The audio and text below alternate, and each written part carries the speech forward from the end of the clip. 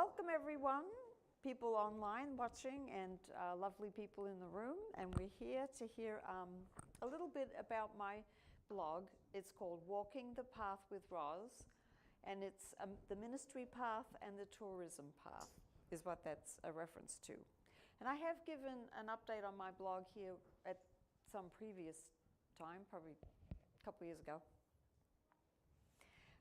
So if you were here for that, you might recognize some of the places and people, because I tend to go to the same places every time. And sort of the backstory, a little bit about that was that I was ordained in convention in 2019. And part of my sort of commitment for ministry was to give back to the Australian New Church, because I'd grown up in Australia. My family goes back in the Australian New Church a long way. And I trained with them. So every year I go back to Australia for 3 to 4 months. I visit family, I stay with my son and other relatives around the country, help out in 2 congregations that don't have a minister, and also support some of the other congregations. So moving over to the map. Maybe I should. Can you see the map from over there? Sure. Yeah, that's great. Okay. This is Sydney, which is where I grew up. There's 2 congregations. One in the north is the Roseville Church, and the one in the south is the Hurstville Church. A little bit south of that is Woonona, where my son and his wife and child live. That's where I stay most of the time. Canberra is the capital city of Australia, and that's one of the congregations that I visit once a month. Melbourne is a fairly active centre for new church activities, a lot of it online. Adelaide is where my brother lives, and there's a new church there that I support a little bit. Perth is a congregation similar to the one in Canberra that's got people from the NCIA, stands for New Church in Australia, and it used to be part of the British Conference, and now it's its own thing. But there's people here and in Canberra from NCIA and from the General Church that worship together, and so I'm an NCIA minister more or less when I go to visit them. How far is that from? The continental United States is about the same size, so it's flying from Sydney to Perth is very much like flying from Philly to LA, or this is actually, I don't know, thousands of miles, I don't know, and it's in kilometers, so even less do I know. All right, so that's Auckland. And what's in the middle? The Red Centre, and Uluru is the rock formation formerly known for a while as Ayers Rock, and Uluru's one estimate of what maybe the indigenous name for that was long before. There's lots of spaces, isn't there? Yeah, basically the population lives all around the edges, the white population, and there's a lot of immigration, but the inside is red, and through the colonization process, a lot of the indigenous people were pushed to the inside, or up to the reservation kind of things up in the Northern Territory. And this is my best effort at showing New Zealand. And this is Auckland, and this W stands for Wananagui, some name like that, which is where Brittany Price lives. So when you're wondering where's everything coming from, it's there. All right. So I'm going to start off with last year when I was in Australia, I kind of ticked off one of those bucket list things, and I finally went to the Red Centre and went to Uluru. And I stayed with friends in Alice Springs, which that people just call Alice, which is the biggest town.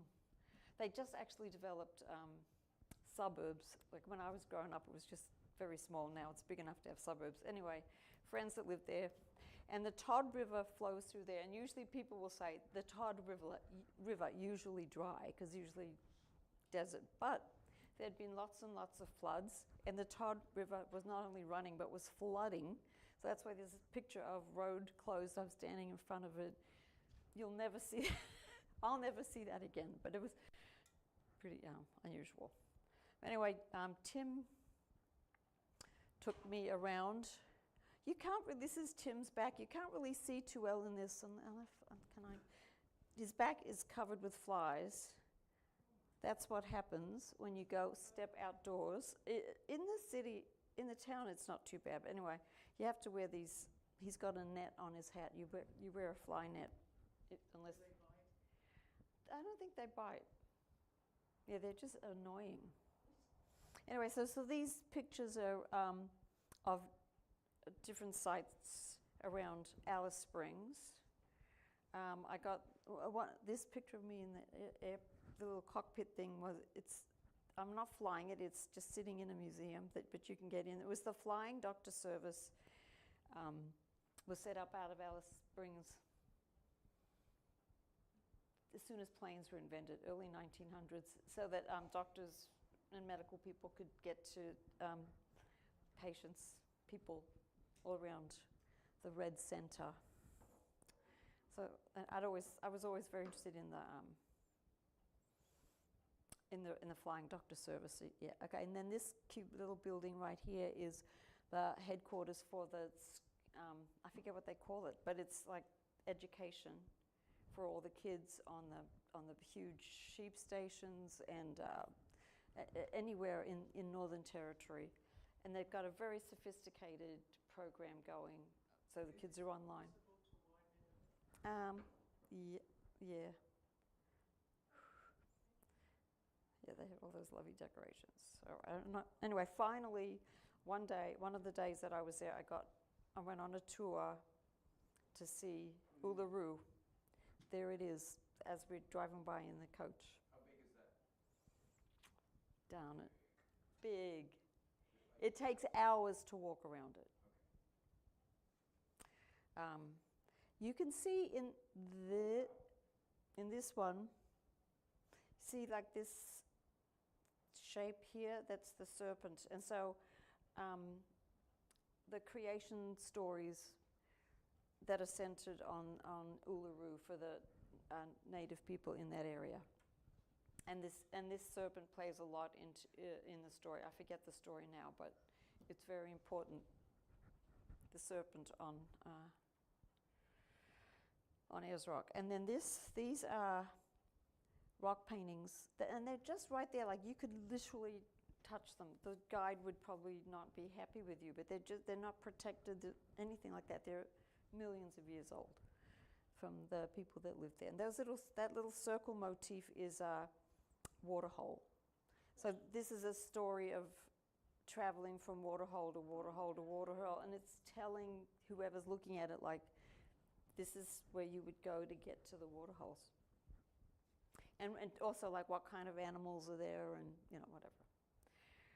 So as I mentioned, it had been raining a lot and there were actually waterfalls and a lake had formed inside Ayers Rock. Like, Ayers Rock's got like valleys on the inside. And like, so you can see I've got my fly net on over my hat. But like it was unbelievable that I was there with like waterfalls in the background and but that's what happens. It's a poem that you learn when you're growing up in Australia. Everybody learns it. My country. I love a sunburnt country, a land of this and that and the other. But an important part of it says, it's a place of droughts and flooding rains. And that was exactly what had happened. That had been drought for years, flooding rains. This lady was an artist, and so there were actually several artists outside of Uluru when we had our barbecue dinner. And I bought one of her paintings. Yeah, okay, that was sunset. Uluru's behind me, and like, you take this tour, and you see a few things, including Uluru, and then they have a barbecue right in the car park next to Uluru, and the sunset. It's awesome. So there we go. There it is. There was a lot of I guess that was a dingo that we saw. I don't remember the whole story, but we did see a dingo walking around. Is that a dingo? That's a dingo. I've seen Oh, and then dingoes. next to it is some kind of dragon lizard thing. Anyway, there we go. Oh yeah, a lot of wildflowers blooming. You never see flowers in the red center until it rains like that. Okay. So that was like fantastic from last year that I, was able to do that. So now we'll jump ahead to this year, and it was 2025.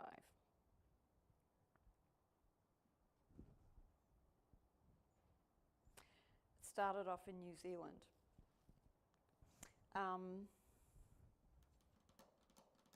Anyway, okay. Started off in New Zealand. There's a congregation in Auckland. It's a blended one again. Their minister died a couple years ago.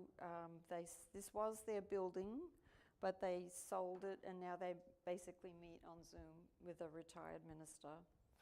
And the core people in the group had actually used to live and attended the Hurstville Church where I grew up, and then moved to New Zealand. So anyway, I go there to visit periodically. But it was so sad because activities at the church used to always be my focus when I would go to see them, and the church is gone, and there was not a Zoom service the time that I was there, but that did give us more time to do touristy stuff. So Dennis and Liz Keel, so Solomon Keel's uncle and aunt, for those who know Solomon Keel. So we did some touristy stuff. So the first place we went was this Lady Knox Geysers. That area near where they live in Auckland, and further to let's have a look on the map. Oh yeah, that's Auckland. So over here is Rotorua, which is a place with a lot of geothermic activity and like mineral ponds, like lakes, and bubbling springs and bubbling hot geysers and mud pools and stuff. Okay, so this one, they throw some at certain hour, when they get people gathered around, they throw laundry detergent in it, and there's a reaction, and then it's pretty funny because that's how somebody accidentally discovered it. They sent some convicts out or something, or prisoners to wash their clothes in the lake there, and somehow or other some of their washing powder got into it and it went off, and it's very dramatic, makes a big boom. Anyway, so that was fun. And so this next group of pictures is in the Waitatapu Scenic Reserve. The smelly hot mud and sulfur pools. And like the whole area of Rotorua is like, doesn't smell great. It's got that sulfur smell, but it's the kind of thing after you've been there an hour or two, you don't smell it anymore. But it's kind of very noticeable when you get there. There are some normal creeks, waters and stuff, but then this one here is a boiling mud pool. To me, it looked like hell. Somebody told me that they think it's beautiful, but I don't. I felt like that would be somewhere where you would torture someone, like with a sulfuric lake that's really green. This one is a really hot lake with just steam coming off. Look, just Not a good place to wander around. no, and they just have their insurance in New Zealand doesn't work the way it would in the US. It's just these teeny little signs that just say hot water or something. We've got hot lake, and you can walk right up there. You could throw your kid in if you know what I mean, No, well, this one was just hot mineral water, but still. All right, they got some giant redwoods from California about 100 years ago and planted this forest. It has some native trees like this umbrella, what's it called? Palm tree. Umbrella fern, I don't know. But anyway, we walked there. It was so beautiful. It was so just beautiful and calm after the scariness of the mud. And then the final stop in Rotorua was the Mitai Maori village, which back in the day was an actual Maori village, and they've sort of recreated it and it's a tourist stop now. And so the Maoris were the Polynesian people that came to New Zealand about 300 years ago, and they cannibalized the previous occupants of the country. And so, but now Maori culture is sort of like the indigenous culture of New Zealand, and so they entertained us and taught us a lot actually about the dance and the haku, which is that scary looking thing they do to, like at the beginning of a footy game, the New Zealand team will do this scary dance, and it shows all their war moves, so you know what to expect. Yeah, they don't use them when they play footy. They actually play footy, but you know, it's all part of the tradition. So they explained. It was very, very interesting, the music and the explanations. Can you show me a glowworm? We did, I can't show you, we did see the glowworms though. So, what's a glowworm? A glowworm, it's sort of like a firefly on steroids, but it's a worm. So part of this was we had a tour down sort of in some of the caves, and they're just like little bright lights all over the cave. Like they light it up. Yeah, there were a lot of them. And then we went to Hobbiton, which is about halfway back from Rotorua to Auckland. And this is where they filmed the Hobbit movies. Also, the very beginning of The Lord of the Rings, when Gandalf comes in. How about Teletubbies? Isn't that Teletubby stuff? It looks like it could be. I don't know if you remember the scene where there's the birthday party at the beginning in the first one. This is the tree that was there, but it's lost half of its self. It used to be huge, but anyway. Is Peter Jackson from New Zealand? Yes. And they spend a long time trying to find the perfect place, and it was because of the party tree that when they saw it from a helicopter, they're like, it's that place. And it was just a sheep farm, and then initially the I think his Anderson family had no idea what they were getting into. They're like, you want to film on our property? Oh, okay. And they paid them minimal, whatever, money to use their thing. But once the movies came out and they realized how big it was, then when Peter Jackson and crew came back and said, now we want to do the prequel, they're like, right, here's the terms. We get 50%, blah, blah, blah, blah, blah, blah, blah, blah, and they've become very successful. So this little hobbit hole was cool because now they've developed, like it's fully built on the inside. The first time I went to Hobbiton years ago, you could just walk by and sort of see it, but now they've actually made it. I went to great lengths to prove that I'm hobbit-sized by squeezing myself into the hobbit bathtub. But it was so cool. It was all, it was just like it was in the movie, and I love those movies. And then, so this is the Keel family, or some of them. Yeah. Solomon's uncle, and Hugh and Dennis Keel, and their families. I don't know if any of you knew these guys. Anyway, all right. And that's the minister and his wife and their dog. And Jenny is the daughter of Brian Kingslake, and she wrote one of the best books I've ever read.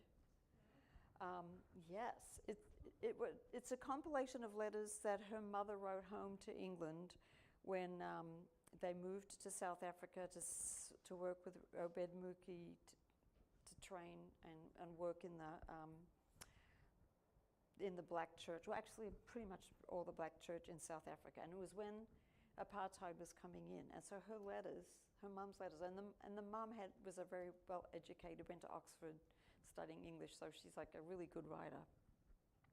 Just to read historically amazing, like how Brian Kingslake, who was a minister in conference at the time and then became a minister in convention, what it was like to work with Obed Muki, the South African, I think he was Zulu, to establish the school and establish the churches. It's so interesting. So from a sort of Swedenborgian perspective, it was great. And from a historical perspective. However, she self-published it, and she only published like 10 copies, and she won't release anymore because she says it's my family's private letters, and I only wanted specific people to read it. I was one of them.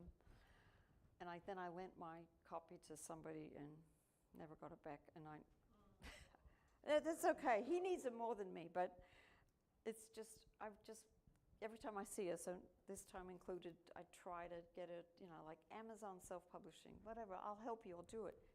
Just give me the manuscript. I'll do it. And she's just like, nope. Nope. I'm like, maybe someday I'll find a way to get it done. Anyway, so started off in New Zealand. Then I went to China, as you do whenever you go to... So I flew to the west coast, down to Auckland, then up to the northern hemisphere again to China. So I left in the winter, had summer for a little while in New Zealand, then flew up to the northern hemisphere, had cold, cold, cold. Beijing is in the north of China.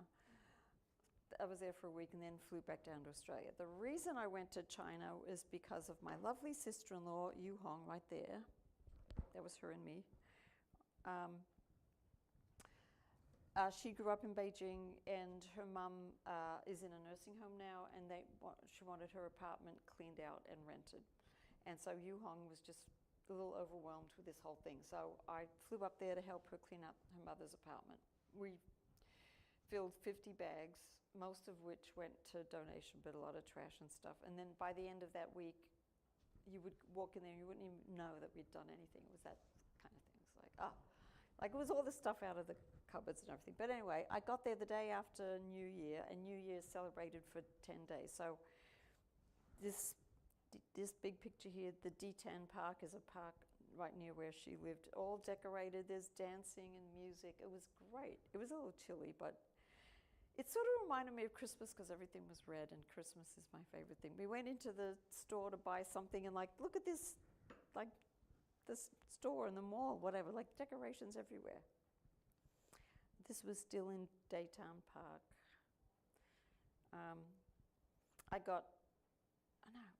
It was a kebab. What kind of kebab was it? Squid, barbecued squid kebab. I thought that was a little Chinese thing that I got to eat to celebrate the New Year. Just, the street vendors and everything was great. And there's Yu Hong and me in her mum's apartment. Her mum was about the same size as Yu Hong and me, so we tried on some of the fur coats and things. Her mum had been a very prominent, one of the best singers in China, sang in the chorale of the symphony orchestra, whatever. And so she had to have nice outfits, nice clothes whenever she, was there professionally. So that was some of this fun stuff that we got to donate. But anyway, so that's Yu Hong and me. That's the view from the apartment where we stayed. And this is considered a kind of a upscale neighborhood in Beijing, but to me it doesn't look like an upscale, not in an American standard. But what did unnerve me about the being in Beijing, which obviously didn't take pictures of this, but surveillance cameras everywhere, and soldiers, armed soldiers in couples, all over the place. It really, I'm not used to that. Somebody said it's kind of like that in Israel, but, and the other thing Yu Hong told me was, don't talk to the soldiers as you walk by, don't look at them in the eye, just ignore them. One time we made the mistake of giggling a little bit when we got near some, so they were looking at us and following us, not physically, but just watching us as we went by, it's for real. Yeah. We visited a couple different, this is the sort of slightly the ministry part of it. We went to, this is the Temple of the Earth. It's very ancient, as you can see. No one was in there. No, it's sort of like a relic. Do you know But about this- about the surveillance cameras, that a lot of people would start to wear masks and stuff over there, and they can now tell you the way you gait, the way you walk, identify you, without even seeing your face. Yes. in China. I could believe it. And also she told me, you have to smile when you're outside.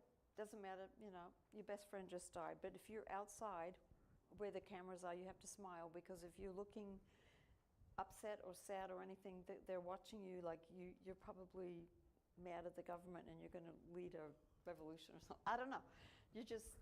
Everyone just walks around with these smiles on their face, just denying their true emotions. I mean, inside they're probably really being themselves, because the cameras are not in your house, but now I'm saying all this stuff and it's going out on the internet, and the next thing I know, I'll disappear. But so anyway, so that was the one. But this one here, the Buddhist temple, has monks that are it's actually a functioning Buddhist temple. So I had sort of always thought that in communist China there isn't religion, but there's Catholic churches. I didn't take any pictures of them, but they have priests that have been approved by the government. But if you're Christian, you can attend Mass, you can go. There's, and then there's the Buddhist temple, then there's,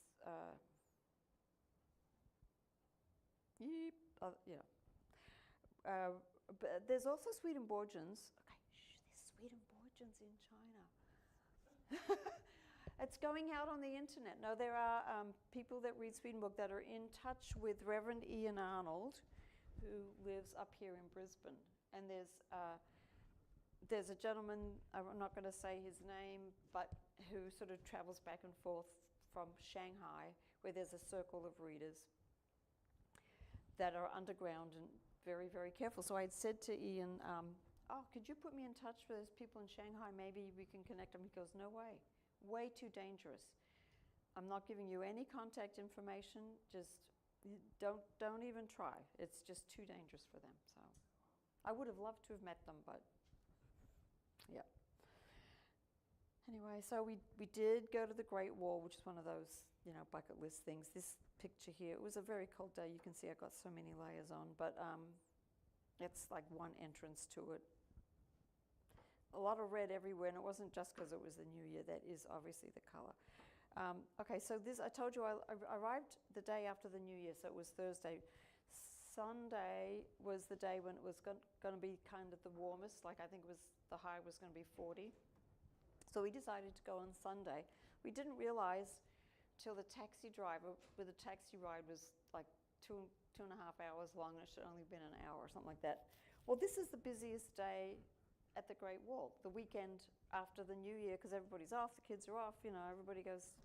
There aren't that many tourists that come in the winter, but it was thronged. So you can see from these pictures, like just to walk up the steps to get onto the wall, like laborious. But we did make it. There's Yuhong. You can see here in the background, it goes for like 600 miles or something. They built it a long time ago to keep Genghis Khan out, which they did manage to keep him out for a long time, and eventually Genghis Khan won. These troops, cavalry, horses, jumped over the wall. That was the end of that. So anyway, it was wonderful. I could love this kid was just doing a little dance on the wall. There's all the little stopping places. I read that the building in the middle, the top, below your friend, Oh. that one right there, that the emperor demanded that they make the roof so the birds wouldn't land on it and poop. Oh, wow. And that's why they have. So they can't get a grasp on it. Anyways. Yeah. We also went to one of the fanciest restaurants around in the area that she is for Peking duck, and it's so formal and beautiful. The guys preparing it in their spotless attire, little tea ceremony right at the table. There we are. Good thing you're smiling. Yeah, it's a good thing I was smiling. Yeah, the food is great. The food is great. Everything's great. Everything's great. That was good. I was also intrigued by their transportation, because these are like little electric scooter things, and they have these blankets secured there, so when you ride it, the really cold air, you're protected. And the rickshaw, and then they're just lined up. And this is like a modern version of the rickshaw, but that you just hop in and then drive you anywhere. Okay. There were all kinds of issues. I won't go into because we're running out of time. But that's Yu Hong Mi and her mum, the famous singer, now in a nursing home. Okay, if I spend this much time on every blog post, we'll never make it out of here. All right, ministry in Australia. So when I do go to Australia, like I said, some of the focus is the groups that need help. So this is the group in Canberra, which we just probably had a spiritual growth group on us. So I would go down there once a month, and I was there for 3 months. Saturday we'd do a spiritual growth group, and Sunday was church.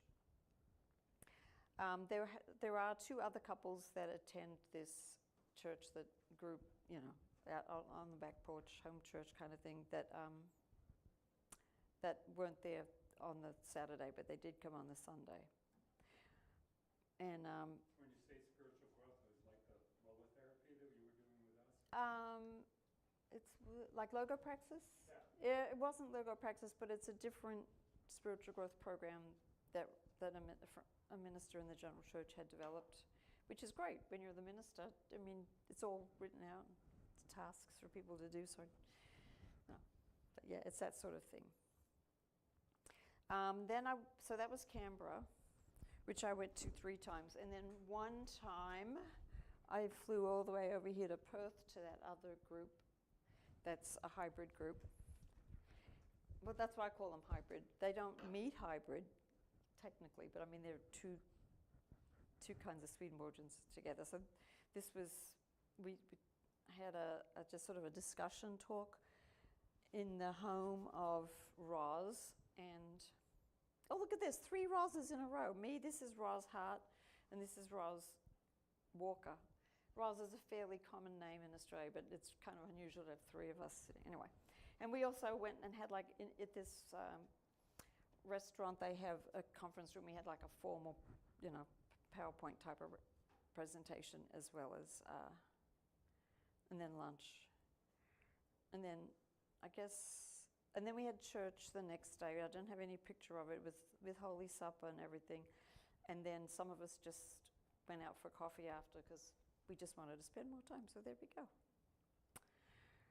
So then, speaking of, so that was the kind of traveling ministry that I did. But then the local ministry in Sydney, this is the Hurstville congregation, which is a general church congregation. And this is the most people I've seen there in a long, long time. It was Easter, like all the families came and stuff. So that was a nice photo after that. My son, John, is, can you get any bigger? Anyway, that's him right there. And this is the new minister, Hyung Jin, from South Korea. He's been there, I don't know, less than a year, doing very well. Yes, look at all those people. I know.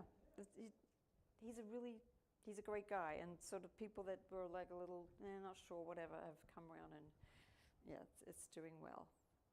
And then the Roseville New Church on this side, it's kind of like the situation in the Washington church here. It's like the flagship church, but like the congregation is down to like 5 people or whatever. So they've gone to every other Sunday for worship. But the Swedenborg Center was part of their ministry, which is a book center, book room kind of thing. But they have a lot of programs.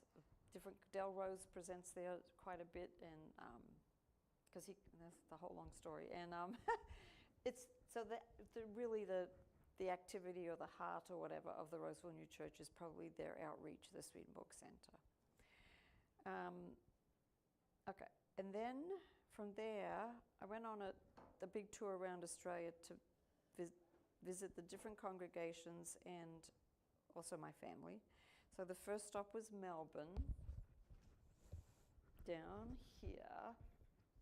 And this is in the state of Victoria, which is kind of like that, and there's kind of Swedenborgian people scattered around, and there's a small group in Australia. So this guy here is David Moffat. And if you went to convention, you probably heard me talking about the Swedenborg social media network.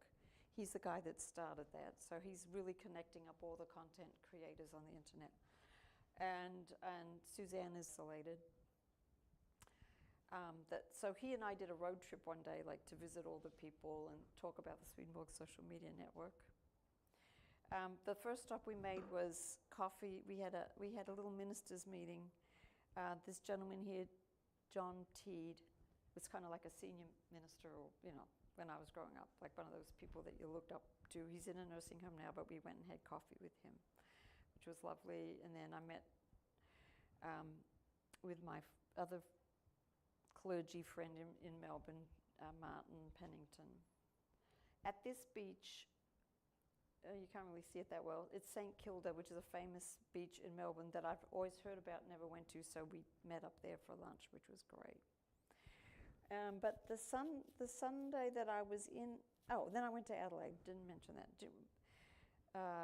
When I was in Melbourne, there wasn't any really church stuff going on, so that's why we went on that road trip. And then I went to Adelaide, where my brother lives. That congregation also meets every other Sunday, not the Sunday I was there. So this is not the Swedenborgian church. But my brother has converted to Russian Orthodox Church, so this is a Russian Orthodox church, and he sings in the choir. My brother Is it Russian Orthodox? is Russian Orthodox. The one you showed us in the other picture? I haven't showed you a picture of him. Oh, that was my son I showed you. Oh. This is my brother. Mm. And he sings in the church, so like I went to like a Saturday Vesper service, and it was so beautiful and peaceful, and this church is amazing. So this was part of, it wasn't really ministry to them, I was ministered to. And he was the soloist in part of the thing. Anyway, it was great. All right, so that's ministry in Australia. Okay, hanging out in Woonona and Sydney. So this is more of the touristy stuff. Okay, you've got to see a flat white. Have you guys ever had a flat white? Yeah, so it's a double espresso with milk and frothed up milk and a little design. Anyway, it's like the most, I live for going to Australia and having flat white, I'll just say that. And it's a very popular drink, so I did have to document that.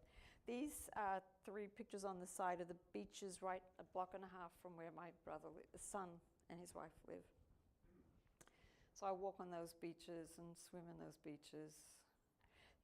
This picture I kind of like because, okay, I was sitting having my flat white in the cafe, and this is a rock pool, which is quite common.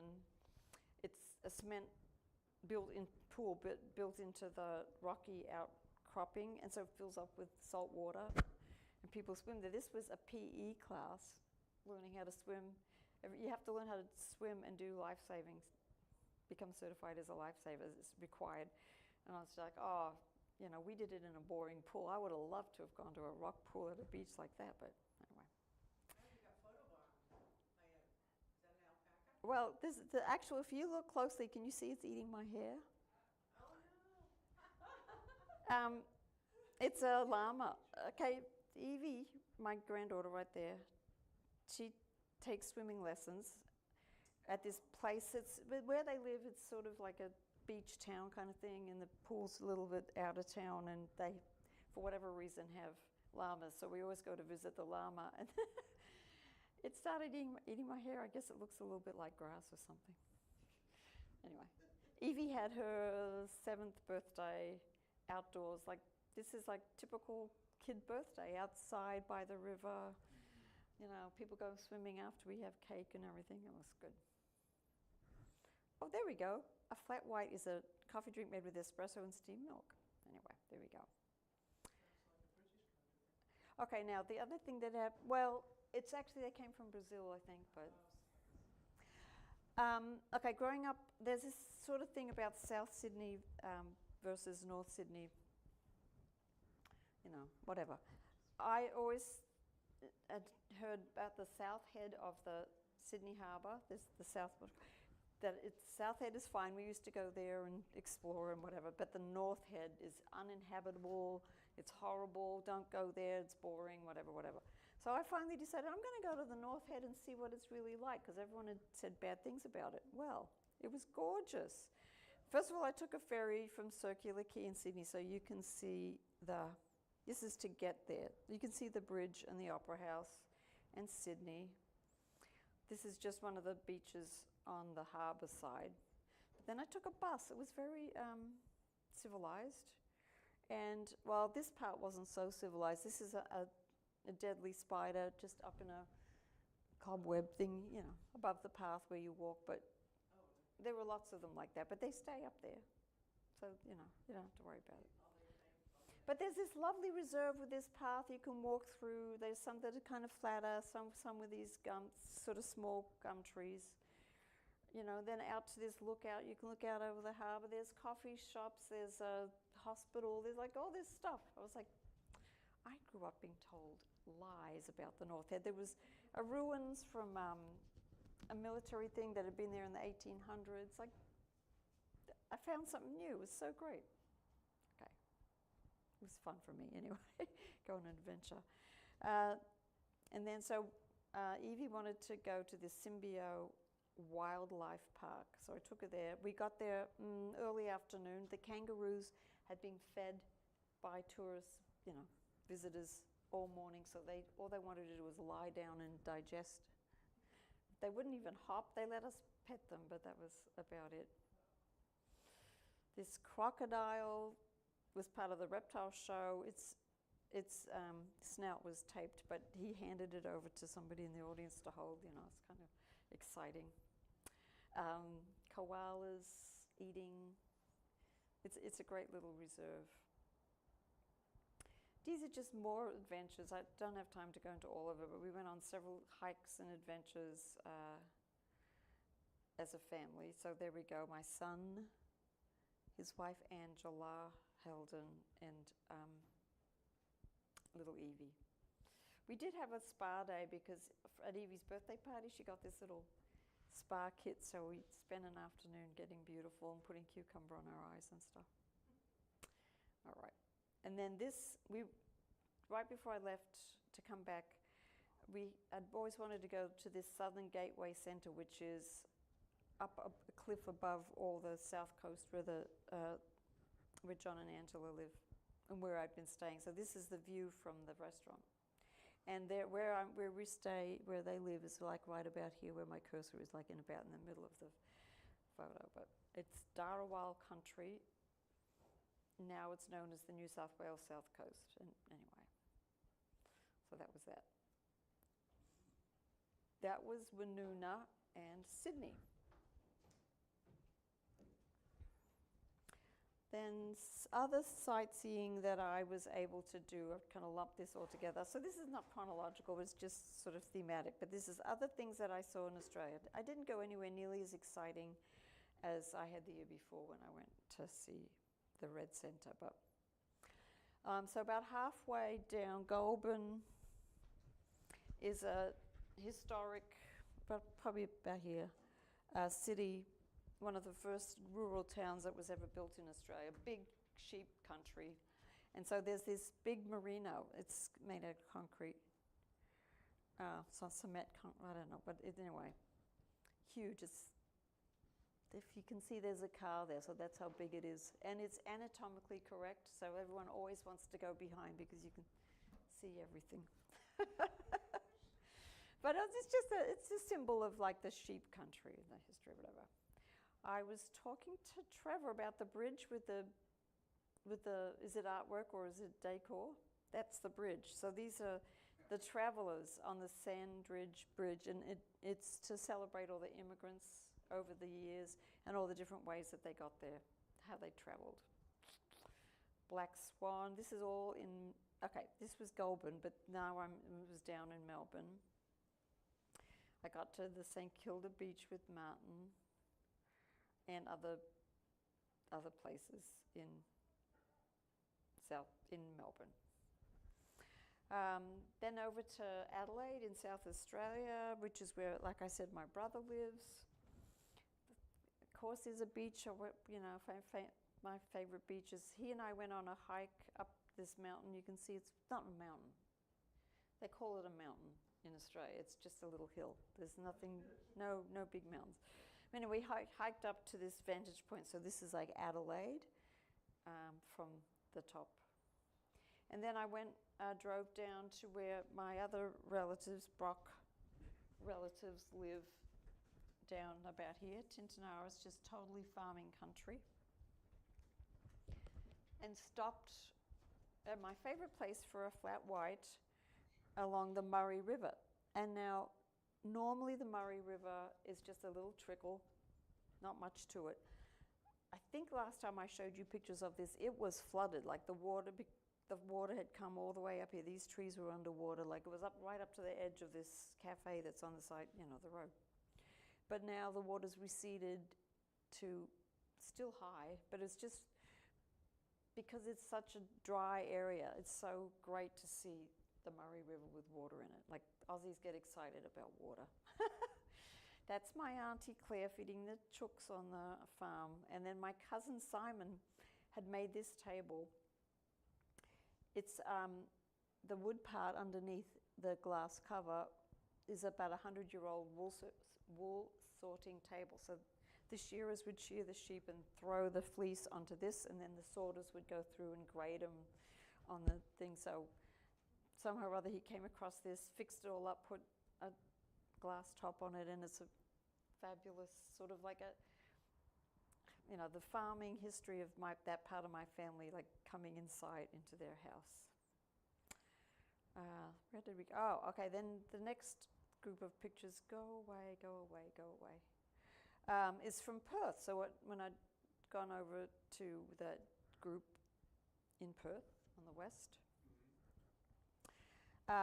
they've got this fantastic Kings Park reserve right downtown. Like you can see the city and the bay, and then this is all beautiful. Like I can't think of any city. There probably are cities in the US like that, but I've never been to one like that. Anyway, bandicoots it's funny to me. Funny that they had this sign like "Watch out for bandicoots," because they're like rodents, big rodents. Like I don't know, they're not going to hurt you. They might scare you, but rodents of unusual size. I mean, you run one over. Oh well. One less rodent in the world. Okay. Anyway, there were some beautiful birds that I saw. There, beautiful views, beautiful beach. We went to Fremantle, which is a little south of Perth. It's on the coast, and it's a big fishing area. So of course we had fish and chips on the water. And then the other big trip that we did was to the Blue Mountains, which are in the mountain range just outside of Sydney. The great, what do they call it? The Great Dividing Range. It kind of goes all the way down here, like hills, but it's a Great Dividing Range. Well, I mean, whatever. And so beautiful, absolutely beautiful. So John, Angela, and I went up there. Their friend Julia, who's pictured here, is an artist, and she was doing an art residency in Katoomba, which is the main city. So we went up to see her and to see the Blue Mountains. We went on a hike. Okay, they said it wasn't a hike. They called it a walk, and they said it was easy for kids. And it had several of these kind of like wobbly stair things that you walk down that are barely connected to the. I said it was an easy walk, but it was terrifying. I think I even had flip-flops on. Like it was just because they said it was an easy walk, so I thought, like I said, insurance is a little different there. Oh, you can't really see it very well, but in this picture, right around here, is a lyrebird. You can see its tail is the shape of a lyre, the instrument, and it was building a nest on the ground. Like they're usually you never see them. So this was like an amazing thing. And the other thing about the lyrebird is it doesn't have its own call. It imitates everybody else. So it's sort of a pun. It's like a lyre. Like you think that it's a kookaburra, but it really, Anyway, we kept gum tree, except it's a lyrebird building its nest. Anyway. Did you do one of the Zoom talks here when you were in Australia?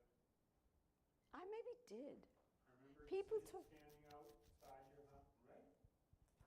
People have told me this, and I don't have a clear recollection of it. Maybe you were in Pennsylvania. Maybe I was in Pennsylvania. I don't know. Okay, the iconic the Three Sisters is like a big thing in the mountains. Like you can see these are not really tall mountains, but anyway, the Three Sisters is like a big reason to go up there. There we were all having, I think that's all I have to tell you. Oh, at the end of this trip, I have an American addendum because I'd never been to the Center for Swedenborgian Studies, even though I'm a graduate. So anyway, it just so happened when I got there that the board was having their meetings, and I'd always wanted a tour of the buildings because I've never been there. And so it just worked out really well that I was able to hang out with them, go to some of their meetings, get a tour of the buildings. Anyway, it's just has nothing to do with the travel blog really, but for me it was great. Like they stayed at this beautiful Mercy Center with the labyrinth, and I saw the buildings which you've all seen pictures of, walked across the Golden Gate Bridge, which I'd never done before. I'd never spent really any time in San Francisco, just passing through, sort of. Anyway, the end. I finished it in an hour. You get around. Very nice. Thank you for your attention, everybody on